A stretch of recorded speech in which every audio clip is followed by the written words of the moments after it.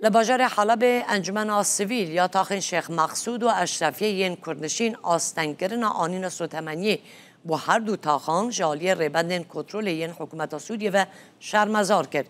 انجمن داخویانیه که داده بجه اویک بن پیکرنا اشکره دجی رکتنا لگل انجمن پارزگاه حلبیه.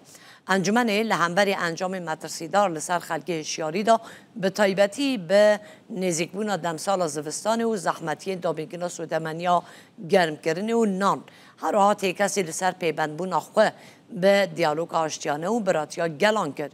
دیازه تباخ در چالاکوان این روانگاه سوریه مافی مروبان چاودریا تفگر این اولکاری این آسایی این هیزن اولکاریا گشتی سر به حکومت سوریه و لدردورا تاخین شیخ مقصود و اشرفیه این باجار حلبی کرن.